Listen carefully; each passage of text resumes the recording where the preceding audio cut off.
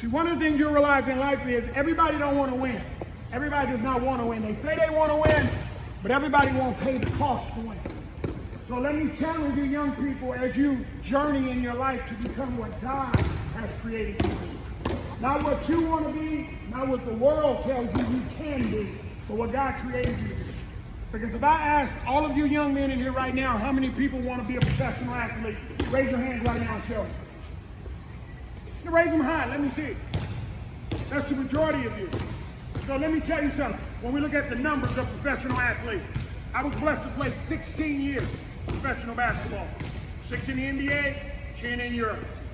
Played against Michael Jordan, Larry Bird, Patrick Ewing, Shaquille O'Neal, Charles Barkley. That's my era, all right? But listen at these numbers. I didn't grow up wanting to be a professional basketball player. I just played sports because I loved it and I wanted to be good at it. And I grew and I kept getting better. And before you know it, bam, I'm on the NBA draft chart. It was not something that I wanted to do. There are 550,000 young people that play high school sports every year, roughly. Out of those 550,000, about 18,500 go on to college.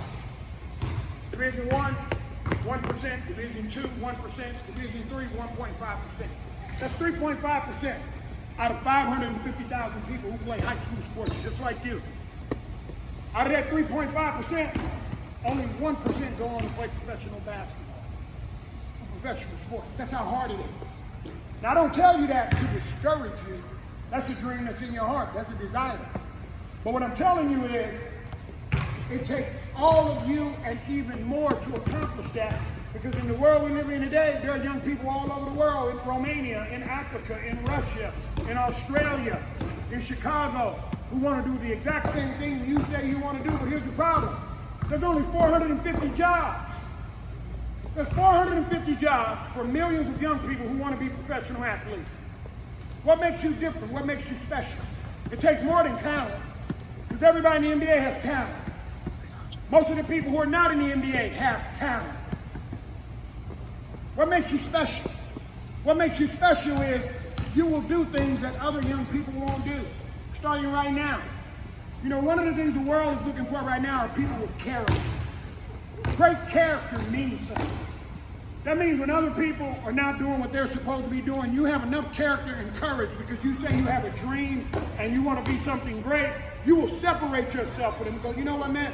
There's someone who comes to talk to us today. I don't know what he's talking about or what she's talking about, but I have enough respect that I think I'm going to learn something and do something. So you want to play right now, I'm going to remove myself.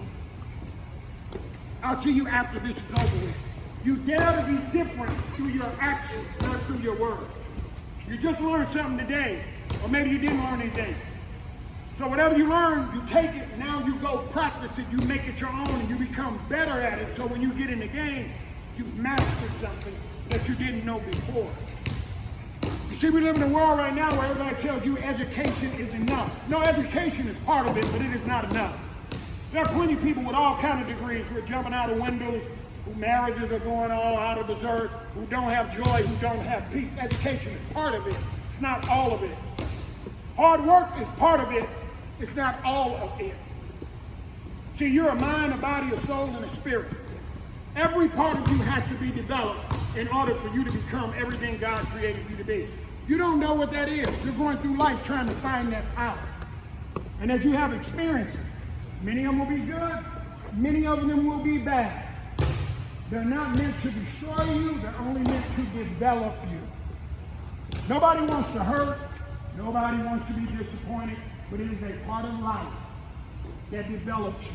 The great thing about a flower is it starts out as a seed, it's planted in the ground. It's buried, it's planted for many months. It doesn't look like anything is happening. It's under the ground, it's under the dirt. But then one day, flower springs up. Now everybody's celebrating, wow, the flower. You thought it was dead, you forgot about it. That's the way it is in life a lot of times. You have a dream, you want to become something. It looks like nothing is happening. It's never going to happen, so you get discouraged. You get distracted. You get pulled into doing things you know you should not be doing. In the neighborhood, around family members. And then you make one mistake, and then your whole life is over. One of the blessings I have, and also one of the curses, is I go into prisons and juvenile facilities. And I talk to older men and women and younger men and women who all made one mistake, but the system won't forgive them. They give them 15 years, 20 years. Some of them get life. They'll never get out again. But guess what? They were all young men and women just like you who heard it. Someone who hold the ball, please, sir. Hold the ball. He can dribble. Everybody else should be listening. They heard somebody. God sent somebody into their life to give them a warning. See, you don't have to make the same mistakes your mother, your father, your uncle, your brother, your friends made. You can learn from someone else's mistakes if you're smart enough. But you can't do it on your own. You cannot. You do it in conjunction with people who love you and care about you, who want to guide you on a path. See, because here's what life wants to do. Here's what life wants to do. Life wants to dictate what it is you become, and life can't do that because life didn't create you. There's someone who gave you life. There's someone in here. Where's your shirt at? Let me find the shirt that the young man has on. Well, I like that one too. Respect all, fear none. That is definitely true. You have nothing to fear in this life because God is surely in control. Where the young man with the shirt at? Let me look. There it is. Love God and love people. I love that shirt. If you learn to love God, you're going to learn to love people because God created people. Okay? So he created people with a purpose in his image and his likeness. But here's what life tells you to do. It says go to school, work hard, go to college, get married, get a house, 2-car garage, a dog, and retire. Everybody has that.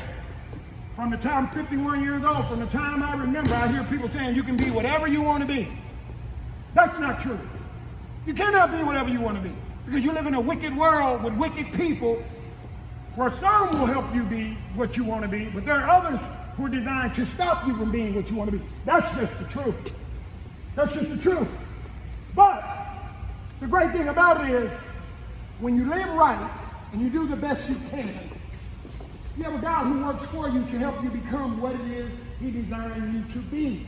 And life is not always going to be about this straight line. Sometime in living life, you'll find that life will make you take 5 steps backwards, maybe 4 steps to the right, maybe 3 steps to the left, and it looks like nothing's happening. But when you're still doing what you're supposed to do, which is being a respectful young man or young woman, working hard in school, doing what you are capable of doing right now in your life, small things like making your bed up when you're supposed to make it up, washing dishes, help being a blessing around the house. You see some trash, you pick it up. These are good character qualities and traits that look like you're not getting credit for, but yet you're building character to do what? Little things, details. Even when you were doing the drills, Richie was telling you, when you play basketball, you don't dribble the ball out here. Why? It's a defensive play. So every time I'm in the drill, in the gym training, I'm training like I'm in a game. I'm training like there's somebody right here. So I got the ball right here. I got my hand right here. I'm pounding the ball, I'm not. Because when you get in the game and you don't have the habit of doing this, you're not going to be ready. Coach got to take you out. Why? Because you wasted time and you should be getting better. That's the difference between a pro and somebody who wants to win at everything, not something. You were not created to be average. You were not created to fail. Everybody in here was created to win. I don't care what your circumstances are, who's not in the house, how much money you don't have, what kind of grades you have. You were created to win. For some, it will be harder than others. Absolutely. You have different challenges, different circumstances. But that is not a reason to not be all you can be and to expect to win. Not your color, not the police, not the government, not society. They don't control anything. God controls everything. I have the great pleasure of traveling the world talking to all kinds of people now about the same thing I'm talking to you. One of the great things is when people really believe it and they step outside of what they see and they begin to open themselves up to things that they don't understand or they've never heard before, then they begin to accomplish and do things that they didn't know they can do. Because the great thing about life is exposure. If you've never been exposed to something, then you can't have the expectation to have that. One of the tragedies is young people who live in environments and they've never been to the other side of town. All they experience is what's going on in their side of town. They don't know that there's great things in their own city just 5 blocks away. There's a whole big world that God has created for you to see. Don't limit yourself in just wanting to be a basketball player, an actor, an entertainer, a rapper. There's so many other things that are very deep down inside of you that is amazing. I can say that because most of the things many of you young men want to experience, I've been blessed to experience. I graduated from high school. I graduated from college. I played in the NBA. I married a supermodel. I've been a millionaire. I've had the sports cars. I've had the houses. Many of the things you want to do that you think is cool about life, been there, done that, and I can tell you it's overrated. It's overrated. There's something great inside of you young people. Don't get caught up in the culture trying to mislead you to settle for things that are temporary and only allow them to be happy when they're being seen. There's something great inside of you, and that's what I come to tell you today. And if you come Saturday, I'll go deeper into it, some of the process, some of the steps. I'm thankful I had an opportunity for our paths to cross. I'm looking at great young men and great people. It has nothing to do with what's on the outside of you. It has everything to do with what I don't even see that's been placed on the inside of you. The Bible said it's a treasure. That's on the inside of every one of you. It's a treasure. But what stops us from finding out what that treasure is a lot of times is that we settle for what's second and third best. It's like a diamond. Anybody seen a diamond on a woman's hand? It looks beautiful, doesn't it?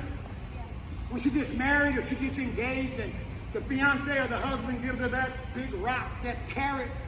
But do you know for many, many, many, many, many years, that diamond is hidden? That when you first see it, it doesn't even look like a diamond. It's dirty, it's blocked up. That's the way you are right now. You're hidden. But you're becoming something great. But you got to stick to the process. You're going to be disappointed. You're going to be hurt. You're going to be let down. You're going to feel like people don't love you. You're going to feel misunderstood. That's all part of the process.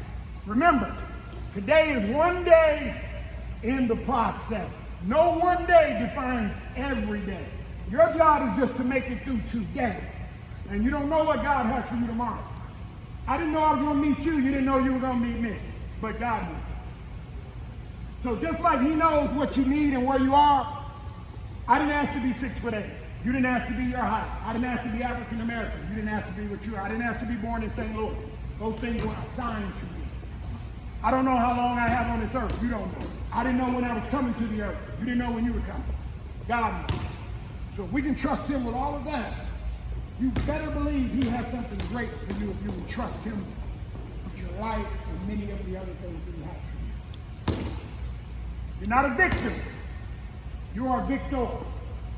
The world wants you to think you're a victim. You're not a victim. You're a winner. You're a conqueror. You don't need money. You need character. You need courage. And then money will follow that. Don't chase money. When you chase money, you sell your soul and you wind up doing things